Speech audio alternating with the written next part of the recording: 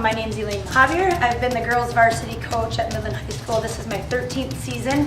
Being a mentor coach myself to other coaches, I think that that's something I try to talk to my younger coaches about a lot is what do we do, what do we have in place to make sure that we're getting out of it what we want. And it's definitely something that has grown over the years. I don't know that I went in my first few years understanding that coaching parents is a big part of coaching too. I always have a parent meeting right quick after tryouts are done. I mean, we have our teams done, and we have a parent meeting where we really model a lot of things. We model getting the most out of our time in that parent meeting because that's what we want them to understand is expected from the kids.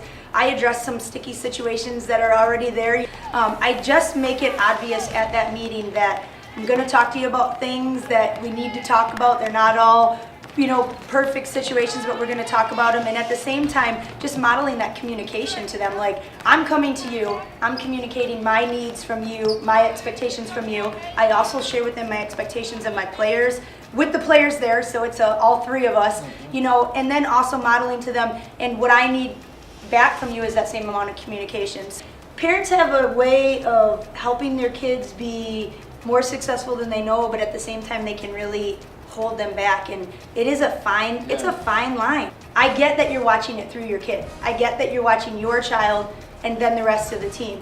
But what we lose focus on sometimes is that ability to enjoy other kids doing well and that ability of wanting the whole team to be successful and not just our kids. I think that's where we have to continue that healthy parenting kid watching relationship. I look at the amount of money that you can spend in travel when kids are 7, 8, 9, 10, 11, 12. I mean, you talk 8 years of travel athletics, and now you're the first coach to have them after they've made a travel team for 8 years. They're clearly one of the best, and you're saying they're not?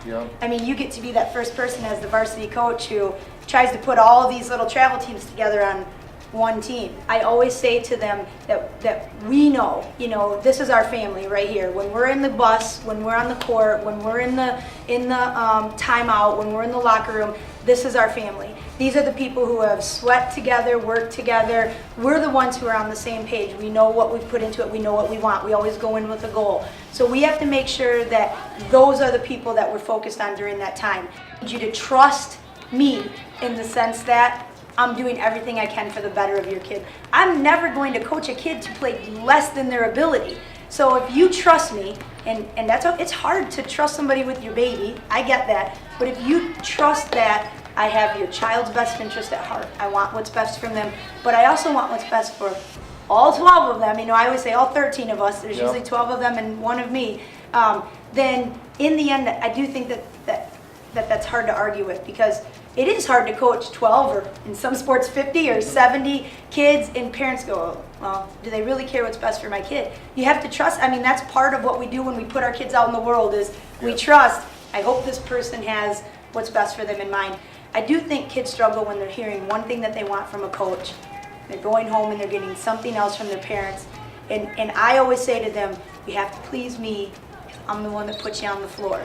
So if you and I have a good relationship and you understand what I need from you, then you got to make sure that that's your first emphasis. And I will oftentimes arm them with things like, if your parents are telling you different things than what we're saying right now, you might have to be the person that says, I hear what you're saying and I'm not disagreeing with you, but this is what I have to do right now. This is what coach is asking me to do. Tough for a 12, 14, 16-year-old kid. I mean, I don't know that I could have done that. I didn't have those parents. For girls, especially in coaching females, I get this.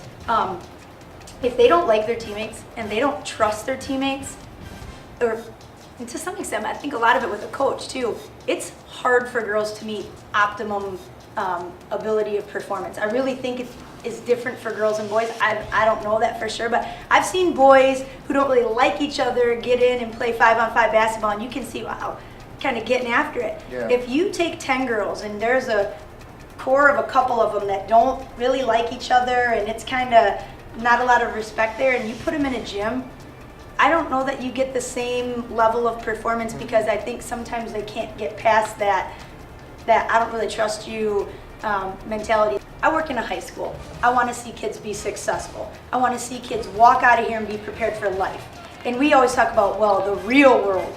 Well, the real world isn't you get points for showing up for class every day. The real world is much different. So if we can, through athletics or through, through other, volunteer things in our community, teach kids and help them be prepared for that real world, that's my agenda. And I took this job, like I said, when I was 24, and they said, what is your goal of the program? That's a pretty deep question for somebody who's 24 and I had no idea what I was getting into.